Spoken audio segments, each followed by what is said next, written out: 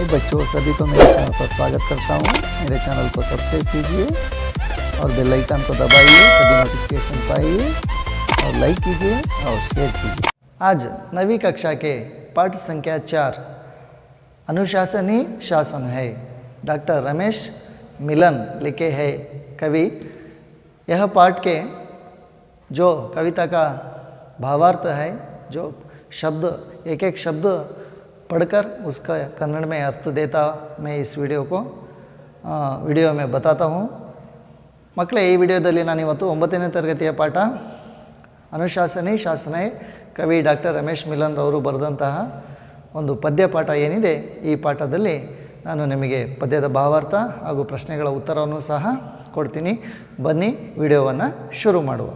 पाठ संख्या 4 अनुशासनी शासन है। हम पहले कवि परिचय देखेंगे। कवि परिचय नोड़को बरोಣ मಕ್ಕಳೇ। डॉक्टर रमेश मिलन हिंदी के सुप्रसिद्ध बाल साहित्यकार है। डॉक्टर रमेश मिलन रವರು ಹಿಂದಿಯ ಪ್ರಸಿದ್ಧ ಬಾಲ ಸಾಹಿತ್ಯಕಾರರಾಗಿದ್ದಾರೆ। उनका जन्म 7 जुलाई 1946 को ग्राम माछड़ 1946 जुलाई 7ರಂದು ಯಾವ ಊರಿನಲ್ಲಿ, ಗ್ರಾಮ ಮಾಚಡ್ ಅನ್ನುವಂತಹ ಊರಿನಲ್ಲಿ, ಜಿಲ್ಲಾ बुलंदर शहर, ಜಿಲ್ಲೆ ಬಂದ್ಬಿಟ್ಟು ಬುಲಂದರ್ ಶಹರ್ ಎಲ್ಲಿ ಬರುತ್ತೆ ಇದು? ಉತ್ತರ ಪ್ರದೇಶ में हुआ। उत्तर प्रदेशದಲ್ಲಿ ಇವರ ಜನನ ಆಯಿತು, उत्तर प्रदेशದಲ್ಲಿ ಕಂಡು ಬರುತ್ತೆ। ठीक है, उत्तर प्रदेश में है। उन्होंने हिंदी एवं राजनीति शास्त्र में MA किया है। हिंदी ಮತ್ತು ರಾಜನೀತಿ ಶಾಸ್ತ್ರದಲ್ಲಿ MA ಅನ್ನು ಮಾಡಿದ್ದಾರೆ। उनकी हास्य व्यंग्य नाटिका ಬಾತ್ ಇತನಿ ಸಿ ಹೈ, ಅವರ ಹಾಸ್ಯ ವ್ಯಂಗ್ಯ ನಾಟಕ ಇದೆ, ಅದು ಯಾವುದಪ್ಪ ಅಂದರೆ ಬಾತ್ ಇತನಿ ಸಿ ಹೈ ಅನ್ನುವಂಥದ್ದು। ಹಾಗೆ दूरदर्शन में धारावाहिक के रूप में प्रसारण हुआ है। ಈ ಒಂದು ಹಾಸ್ಯ ವ್ಯಂಗ್ಯ ನಾಟಕ, ಇವರ ಹಾಸ್ಯ ವ್ಯಂಗ್ಯ ನಾಟಕ ಬಾತ್ ಇತನಿ ಸಿ ಹೈ ಅನ್ನುವಂಥ ಒಂದು ರಚನೆ ಏನಿದೆ, ಇದು ಧಾರಾವಾಹಿಯ ರೂಪದಲ್ಲೂ ಕೂಡ ಮೂಡಿ ಬಂದಿದೆ ಅಂತೆ।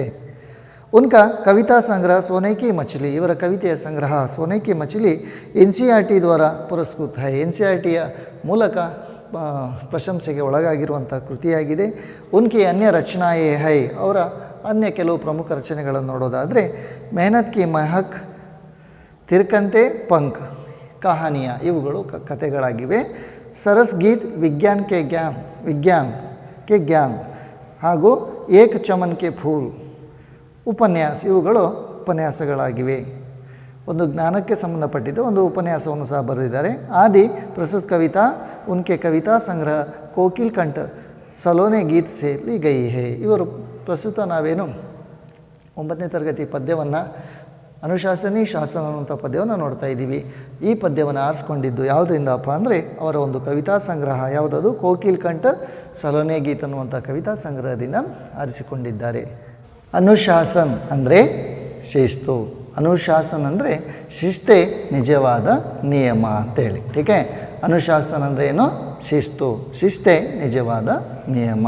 ಆಶಯವನ್ನು ನೋಡೋಣ। ಟೀಕೆ, ಲಾಲ್ ಹರಿ ಪೀಲಿ ಬತ್ತಿ, ಕೆಂಪು, ಲಾಲ್ ಅಂದರೆ ಕೆಂಪು, ಹರಿ ಅಂದರೆ ಹಸಿರು, ಪೀಲಿ ಅಂದರೆ ಹಳದಿ, ಕೆಂಪು, ಹಳದಿ, ಹಸಿರು, ಬತ್ತಿ ಅಂದರೆ ದೀಪ। ಟೀಕೆ, लाल हरी बत्ती और इसके साथ पीला बत्ती, ये ट्रैफिक के संकेत, ಇವು ಟ್ರಾಫಿಕ್ನ ಸಂಕೇತಗಳು। ಚಲೋ ಹರಿ ಪರ್, ರುಕೋ ಲಾಲ್ ಪರ್, ಹಸಿರು ಬಣ್ಣದಲ್ಲಿ ನಡೆಯಿರಿ, ಚಲ್ ಅಂದರೆ ನಡೆಯೋದು, ಹಾಗೆ ರುಕೋ ಅಂದರೆ ನಿಲ್ಲಿ, ಲಾಲ್ ಪರ್ ಅಂದರೆ ಕೆಂಪು ಬಣ್ಣದ ಮೇಲೆ ನಿಲ್ಲಿ, ಪೀಲಿ ಕರೆ ಸಚೇತ್, ಏನು ಹಳದಿ ಬಣ್ಣ ಇದೆ, ಸಚೇತ್ ಅಂದರೆ ಜಾಗೃತಿ, ಸಿದ್ಧರಾಗುವಂತೆ, ಸಿದ್ಧತೆ ಮಾಡಿಕೊಳ್ಳುವಂತಹ, ತಯಾರಿಯನ್ನು ಮಾಡಿಕೊಳ್ಳುವಂಥ ಒಂದು ಕೆಲಸವನ್ನು ಯಾವ ಬಣ್ಣ ಮಾಡುತ್ತೆ? ಹಳದಿ ಬಣ್ಣ ಮಾಡ್ತದೆ। ಟೀಕೆ, ಸಚೇತ್ ಸಡಕ್ ಪಾರ್ zebra crossing per, zebra crossing ಮೇಲೆ, ಪಾರ್ ಅಂದರೆ ದಾಟುವುದು, ನಾವು ಜೀಬ್ರಾ ಕ್ರಾಸಿಂಗ್ ಮೇಲೆ ದಾಟಬಹುದು, ಪಾದಾಚಾರಿಗಳು ಹೋಗುವಂಥ ಮಾರ್ಗ ಅದು। इस पद्य के द्वारा विद्यार्थियों को सड़क पार करते समय ध्यान रखने की बातें सिखाई जा सकती है। ಧ್ಯಾನ ಅಂದರೆ ಗಮನ। ಈ ಒಂದು ಪದ್ಯದಲ್ಲಿ ರಸ್ತೆಯನ್ನು, ಸಡಕ್ ಅಂದರೆ ರಸ್ತೆ, ರಸ್ತೆಯನ್ನು ದಾಟುವ ವಿಧಾನವನ್ನು ಕಲಿಸಿಕೊಡಲಾಗುತ್ತದೆ। ಅರ್ಥ ಆಗ್ತಿದೆಯಾ? ಇದು ಈ ಪದ್ಯದ ಸಂದೇಶವನ್ನು ನಮಗೆ ಕೊಡುತ್ತೆ। ठीक है, इस पद्य से क्या सीखते हैं बच्चों? लाल हरी और पीला रंग से कैसे देख कर समझ कर हम रास्ता कैसे सड़क कैसा पार कर सकते हैं. चलती बस में चढ़ो नहीं तुम. ಚಲ್ತಿ ಬಸ್ ಅಂದರೆ ಸಾಗುತ್ತಿರುವ ಬಸ್ನಲ್ಲಿ, ಹೋಗ್ತಾ ಇರುವಂಥ ಬಸ್ನಲ್ಲಿ, ಚಲಿಸುತ್ತಿರುವ ಬಸ್ನಲ್ಲಿ ಚಡೋ ನಹಿ. ಚಡ್ ಅಂದರೆ ಹತ್ತಬೇಡಿ, ನಹಿ ಅಂದರೆ ಇಲ್ಲ. ಚಲಿಸುತ್ತಿರುವ ಬಸ್ನಲ್ಲಿ ಹತ್ತಬೇಡ್ರಪ್ಪ ಅಂತ ಹೇಳ್ತಿದ್ದಾರೆ. ಅವ್ರು ಕಬಿ ಮತ್ತು ಕೂದೋ ಅಂದರೆ ಜಿಗಿರಿ, ಆಯಿತಾ. ಚಲಿಸ್ತಿರೋ ಬಸ್ನಲ್ಲಿ ಜಿಗಿಬೇಡ್ರಿ, ಚಲಿಸ್ತಿರೋ ಬಸ್ನಲ್ಲಿ ಜಿಗಿಯೋದು ಅಂದರೆ ಇಳಿಬೇಡ್ರಿ, ಹಾಗೆ ಹತ್ತಬೇಡಿ. ಟೀಕೆ. ಕೂದಂದರೆ ಜಿಗಿಯೋದು, ಇಳಿಯೋದು ಅಂತ ನಾವು ತಿಳ್ಕೊಬೋದಿಲ್ಲ. ಟೀಕೆ. ಇಳಿಯೋದು ಅಂದರೆ ಮುಂದಕ್ಕೆ. आगे जाने वाली बस में जो चलती है उस बस में नहीं चढ़ना है, नहीं उतरना है, मतलब नहीं कूदना है. कूदोದಂದರೆ ಜಿಗಿಯೋದು. कभी सड़क पर जाकर बच्चों नहीं खेलने लगना. ಸಡಕ್ ಅಂದರೆ ರಸ್ತೆ, ರಸ್ತೆ ಮೇಲೆ ಖೇಲ್ ಅಂದರೆ ಆಟ, ರಸ್ತೆ ಮೇಲೂ ಸಹ ಆಟವನ್ನು ಆಡಬೇಡಿ ಅಂತ ಅರ್ಥ ಆಗ್ತಿದೆಯಾ. ರಸ್ತೆ ಮೇಲೂ ಸಹ ಆಟವನ್ನು ಆಡಬೇಡಿ. ಸೈಕಲ್ ಪರ್ ಹೋಯಾ ಪೈದಲ್. ಸೈಕಲ್ ಮೇಲೂ ಅಷ್ಟೇ, ಸೈಕಲ್ ತಗೊಂಡೋಗಿ ರಸ್ತೆ ಮೇಲೆ ಆಟ ಆಡೋದಲ್ಲ. ಪೈದಲ್ ಅಂದರೆ ಕಾಲು ನಡಿಗೆ. ಕಾಲು ನಡಿಗೆಯಲ್ಲೂ ಹೋಗ್ಬಿಟ್ಟು ರಸ್ತೆ ಮೇಲೆ, ರಸ್ತೆ ಮಧ್ಯದಲ್ಲಿ ಕುಣಿಯೋದು, ಡ್ಯಾನ್ಸ್ ಮಾಡೋದು ಮಾಡಬೇಡಿ ಅಂತ ಹೇಳ್ತಿದ್ದಾರೆ. ಕಬಿನ ಬೇದಬ್ ಚಲನ. ಯಾವಾಗಲೂ ಸಹ ಬೇಡಬ್ ಅಂದರೆ ಕುರುಡರಂತೆ ಆಯಿತಾ, ಮೂಕರಂತೆ. ಅರೆ ನ ಜಾನೆ ಕ್ಯೋ ಹೆಲ್ಮೆಟ್ ಬಿನಾ ಸಮಜ್ದಾರ್ ಏ ಚಲ್ತೆ. ಸಮಜ್ದಾರ್ ಅಂದರೆ ತಿಳುವಳಿಕೆ ಇರೋರು ಅಥವಾ ಬುದ್ಧಿವಂತರು, ಜಾಣರು. ನ ಜಾನೆ ಗೊತ್ತಿಲ್ಲ, ಅಂದರೆ ನೈ ನನಗೆ ಗೊತ್ತಿಲ್ಲ. ಯಾಕಪ್ಪ ಅಂದರೆ ಎಷ್ಟೋ ಜನ ಬುದ್ಧಿವಂತರೇ ಸಹ ವಿತೌಟ್ ಹೆಲ್ಮೆಟ್ ಅಂದರೆ बिना हेलमेट के बिना वे सड़क पर मतलब अपने ಗಾಡಿಯೋ में ಸವಾರ್ करते हैं. ಅಂದರೆ ಗಾಡಿಯಲ್ಲಿ ಅವರು ಹೆಲ್ಮೆಟ್ ಇಲ್ಲದೆ ಪ್ರಯಾಣ ಮಾಡ್ತಾರೆ. ಅರ್ಥ ಆಗ್ತಿದೆಯಾ. ಯಾರು? ಬುದ್ಧಿವಂತರು. ಸಿರ್ತೋ ಆಕಿರ್ ಅಪ್ನಾಯಿ ಹೈ. ಆಕಿರ್ ಅಂದರೆ ಖಂಡಿತ, ಅವಶ್ಯವಾಗಿ ಅಂತಲೂ ಬರುತ್ತೆ. ಟೀಕೆ. ಇತನಾ ಹಿ ನಹಿ ಸಮಸ್ತೆ ಘರ್ ಪರ್ ಜೋಹತೆ ಬಾಟ್. ಸಿರ್ ಅಂದರೆ ತಲೆ, ನಮ್ಮದೇ ತಲೆ, ಹೌದು ತಾನೇ, ಅವಶ್ಯವಾಗಿ ತಲೆ ನಮ್ಮದೇ, ಆದರೂ ಸಹ ಹೆಲ್ಮೆಟ್ ಧರಿಸೋದಿಲ್ಲ.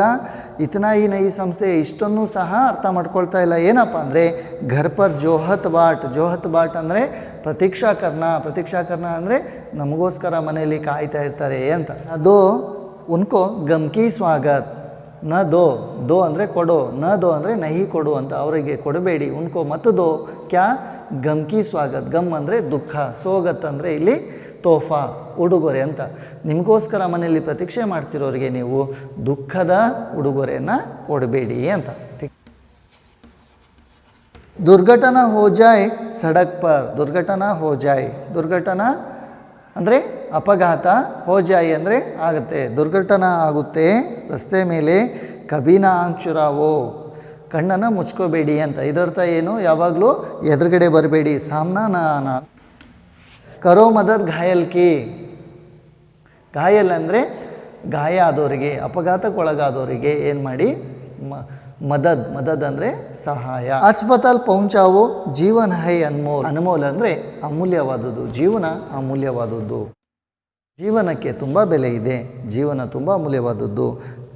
घायलू ಆಗಿರ್ತಲ್ಲ, जो घायल होते हैं उनको हम अस्पताल पहुंचाना चाहिए. और आगे बढ़ेंगे. कोई ना होने पाए अनाथ. ಯಾರೂ ಕೂಡ ಅನಾಥರಾಗೋದು ಬೇಡ ಅಂತಲೂ ಹೇಳಿದ್ದಾರೆ. ಟೀಕೆ. ಅದಕ್ಕಾಗಿ ಸಾಧ್ಯವಾದಷ್ಟು ರಸ್ತೆ ಮೇಲೆ ಓಡಾಡುವಾಗ ತುಂಬಾ ಜಾಗೃತರಾಗಿ ನಾವು ಓಡಾಡಬೇಕು, ಅವುಗಳ ಮೇಲೆ ಆಟ ಆಡಬಾರ್ದು. ಟೀಕೆ. ಜಗ ಪರ್ ಚೌರಾಹೋ ಪರ್ ಜೋ ಸಂಕೇತ ದಿಯೇ ಹೇ. ಜಗಗಳಲ್ಲಿ ಸ್ಥಳ ಎಲ್ಲ ಸ್ಥಳಗಳಲ್ಲೂ ಕೆಲವೊಂದು ಕಡೆ ಸಂಕೇತಗಳನ್ನು ನೀಡಿದ್ದಾರೆ. ಸಾಕಷ್ಟು ರಸ್ತೆಗಳಲ್ಲಿ ಸಂಕೇತಗಳನ್ನು ನೋಡಿರ್ಬೋದು. ಸಂಕೇತ ಅಂದರೆ ಏನು? ಸಿಗ್ನಲ್ಗಳು. ಟೀಕೆ. ಜೋ ಸಂಕೇತ ದಿಯೇ ಹೈ, ಜೋ ಸೂಚನಾ ಫಲಕ್ ದಿಯೇ ಹೈ, ವ ಸಭಿ ಆಪ್ ದೇಖೆ ಹೋಂಗೆ. ನೀವು ನೋಡಿರ್ಬೋದು. ಟೀಕೆ. ಉನ್ಕಾ ಪಾಲನ್ ಕರ್ನೆ ವಾಲೆ. ಅವುಗಳನ್ನು ಪಾಲಿಸುವವರು ಸಬ್ಕೆ ಪ್ರಿಯರೇ ಹೈ. ಯಾರು ಅವುಗಳನ್ನು ಪಾಲಿಸ್ತಾರೆ ಅವರು ಎಲ್ಲರ ಪ್ರಿಯರಾಗಿರುತ್ತಾರೆ. ಜೀವೋ ಅವು ಜೀನೆ ದೋಖಾ ವೇ ಪಾಲ್ ರಹೆ ಸಿದ್ಧಾಂತ. ಟೀಕೆ. ಜೀವೋ ಅಂದರೆ ಬದುಕಿ, ಜೀನೆ ದೋ ಅಂದರೆ ಬದುಕಲು ಬಿಡಿ, ನೀವು ಬದುಕಲು ಬಿಡಿ, ಇಂಥ ಸಿದ್ಧಾಂತವನ್ನು ಪಾಲಿಸಿ. ಏಕ ವಾಕ್ಯ में उत्तर लिखिए. ಫಲ ಪ್ರಶ್ನ. बच्चों को सड़क पर जाकर क्या नहीं करना है. ಮಕ್ಕಳು ರಸ್ತೆ ಮೇಲೆ ಹೋಗಿ ಏನು ಮಾಡಬಾರ್ದು ಅಂತ ಕೇಳಿದ್ದಾರೆ. क्या नहीं करना है? खेलना नहीं, प्रश्न संख्या 2 है, हेलमेट के बिना कौन चलते हैं? विदाउट हेलमेट अंदर हेलमेट के बिना कौन वाहन चलाते हैं? कौन चलाते हैं? समझदार लोग। प्रश्न संख्या 3, बाट जोने वालों को क्या नहीं देना चाहिए? बाट जोने अंदर नಮ್ಮನ್ನು इंतजार ಮಾಡೋರನ್ನ ನಾವೇನು ಕೊಡಬಾರ್ದು? तोहफा क्या? घायल को फौरन कहाँ पहुँचाना चाहिए? प्रश्न संख्या 4, घायल को कहाँ पहुँचना है? अस्पताल पहुँचाना। प्रश्न संख्या 5वां है, क्या अनमोल है?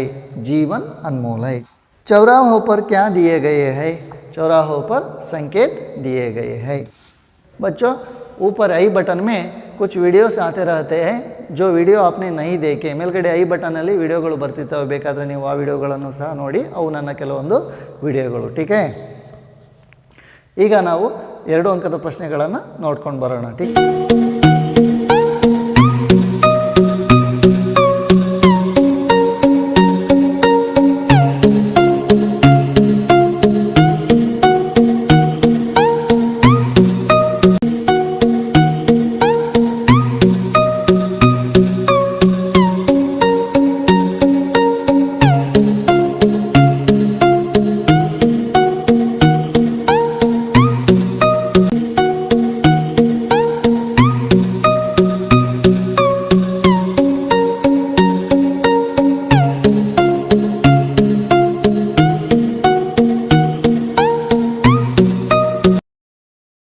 बच्चों अभी हम अन्य वचन रूप लिखिए, इसको देखेंगे. सड़क सड़कें, साइकिल साइकिलें, बच्चा बच्चे, घटनाएं घटना और चौराहे चौराहा, सिद्धांत सिद्धांत. ठीक है, ये ऐसे ही रह जाती है. ठीक है, इसको मैं श्याम पट पर लिख देता हूँ, इवगळन्न ನಾನು ಬೋರ್ಡ್ ಮೇಲೆ ಬರೆದು ಬಿಡ್ತೀನಿ, ನೀವು ಬರ್ಕೊಳ್ಳಿ ವಿದ್ಯಾರ್ಥಿಗಳು. ठीक है, अब उदाहरण के अनुसार लिखिए. शब्द ऐसे बदलते हैं. खेल खेलना, लग लगना, चल चलना, रुक रुकना, चुरा चुराना, पहुँच पहुँचाना. ऐसे लिखना है, लिख देता हूँ.